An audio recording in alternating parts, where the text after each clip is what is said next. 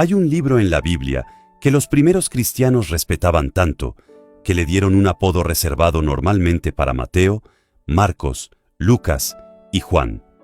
Lo llamaron el Quinto Evangelio. Pero aquí está lo extraño. El hombre que lo escribió nunca conoció a Jesús, nunca escuchó una parábola y nunca estuvo al pie de la cruz.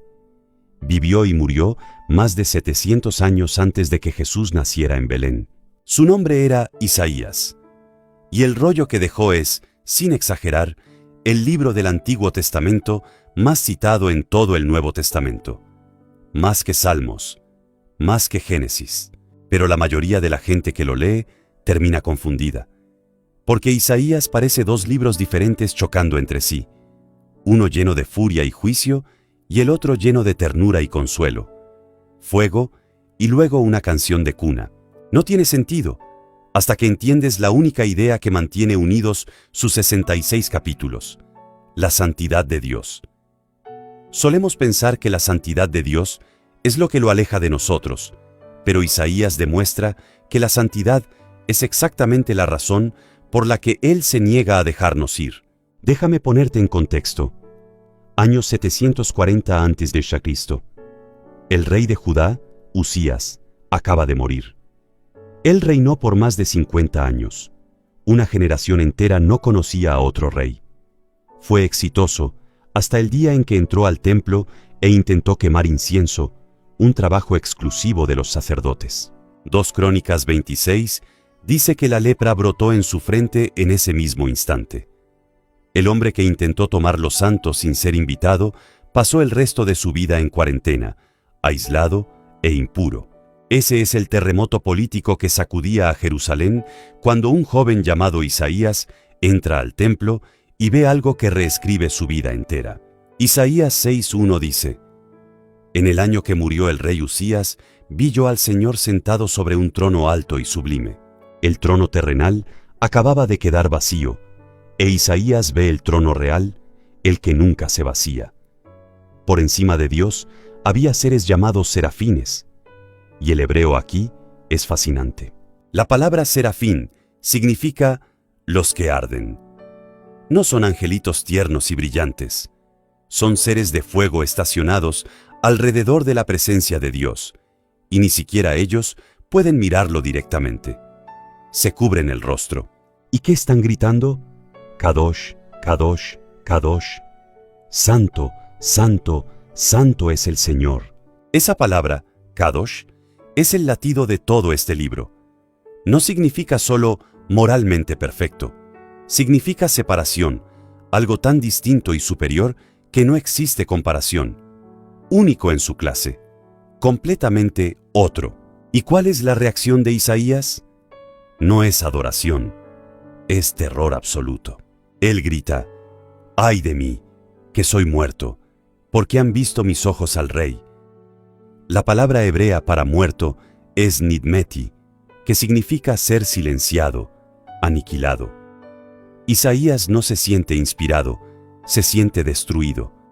La santidad le ha mostrado su miseria, pero entonces un serafín vuela hacia él con un carbón encendido tomado del altar, toca sus labios y le dice: tu culpa es quitada y tu pecado perdonado. Los seres de fuego traen un carbón de fuego y en lugar de destruir al profeta, lo sana. La santidad que debería haber consumido a Isaías es exactamente lo que lo limpia. Esa es la tesis del libro. La santidad de Dios no es un muro de ladrillos, es un horno.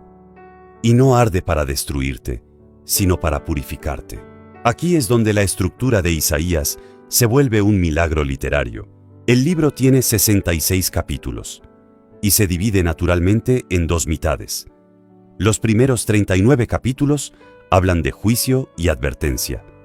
Los últimos 27 capítulos cambian drásticamente hacia el consuelo, la esperanza y la restauración. ¿Te suena familiar? Es la misma estructura de la Biblia. 39 libros en el Antiguo Testamento, 27 en el Nuevo.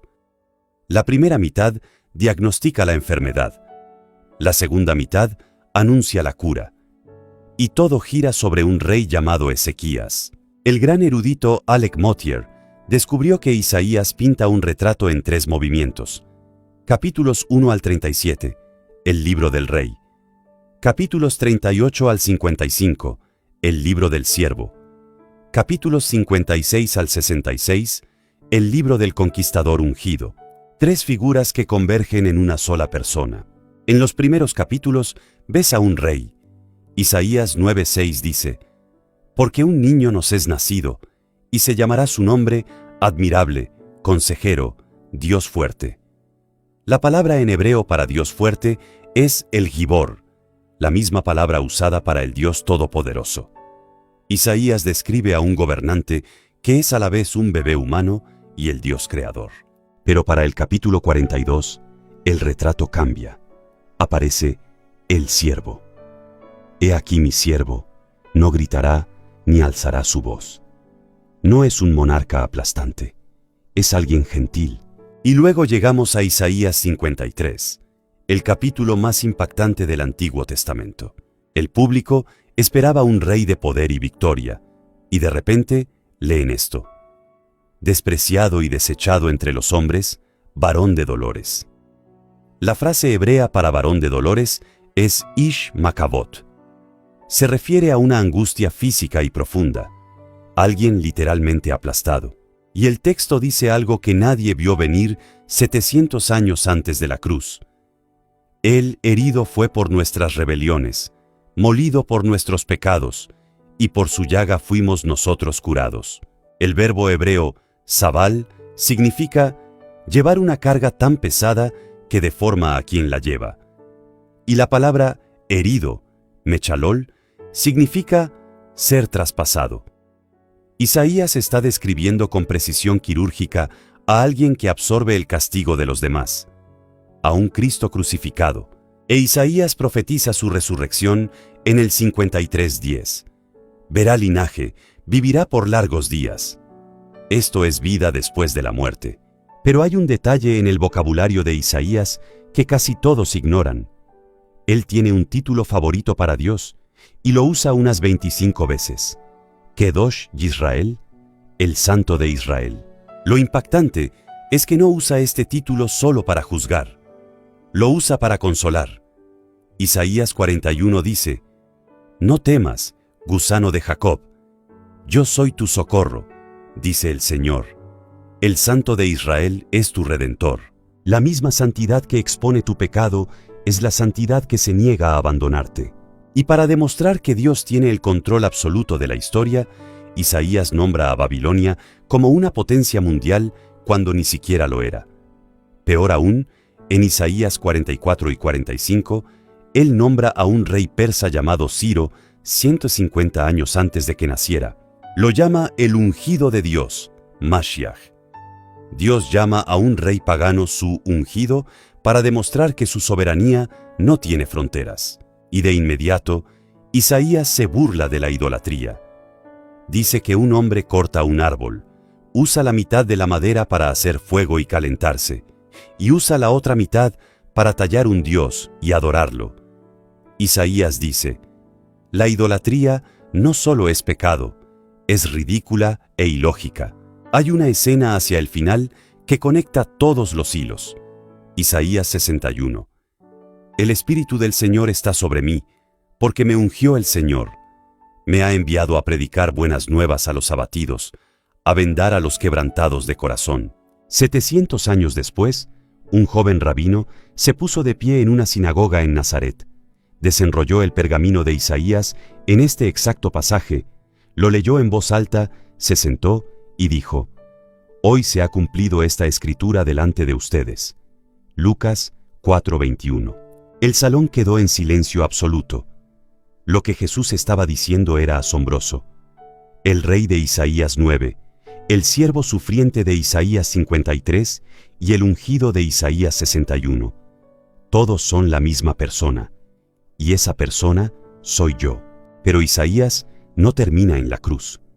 Se proyecta hasta el final de los tiempos. Isaías 65 promete nuevos cielos y nueva tierra. El ciclo se cierra. El Edén es restaurado.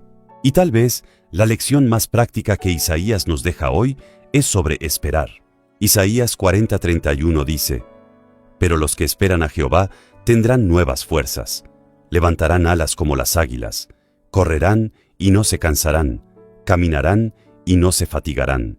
La palabra hebrea para esperar es kavá. No significa sentarse pasivamente, significa entrelazar, como torcer fibras para hacer una cuerda fuerte. Esperar en Dios no es inactividad, es el proceso lento y deliberado de entrelazar tu vida con los propósitos de Dios hasta que sean inseparables. Y nota el orden: primero vuelas, luego corres, luego caminas. La mayoría cree que eso es ir en declive, pero Isaías es brutalmente honesto sobre la fe. Las experiencias en la cima de la montaña, volar, vienen primero, luego viene el entusiasmo, correr. Pero la verdadera prueba de fuego es la caminata larga y silenciosa de la vida diaria, poniendo un pie delante del otro cuando no sientes nada. E Isaías dice que, incluso ahí, no te desmayarás. Isaías escribió en un mundo que se caía a pedazos. Los imperios aplastaban naciones, los reyes fallaban, el exilio asomaba como una tormenta. Y en medio de todo eso, un hombre no dejó de gritar: El Santo de Israel no te ha olvidado. Él no ha cambiado de opinión. El fuego al que le temes es el fuego que te salvará y te limpiará. La invitación de Dios sigue abierta. Si este video cambió para siempre la forma en que ves el Antiguo Testamento, compártelo en tu perfil con alguien que crea que la Biblia es aburrida. Deja un comentario, dale me gusta y sigue esta página para que sigamos profundizando en la Escritura. Que Dios te bendiga.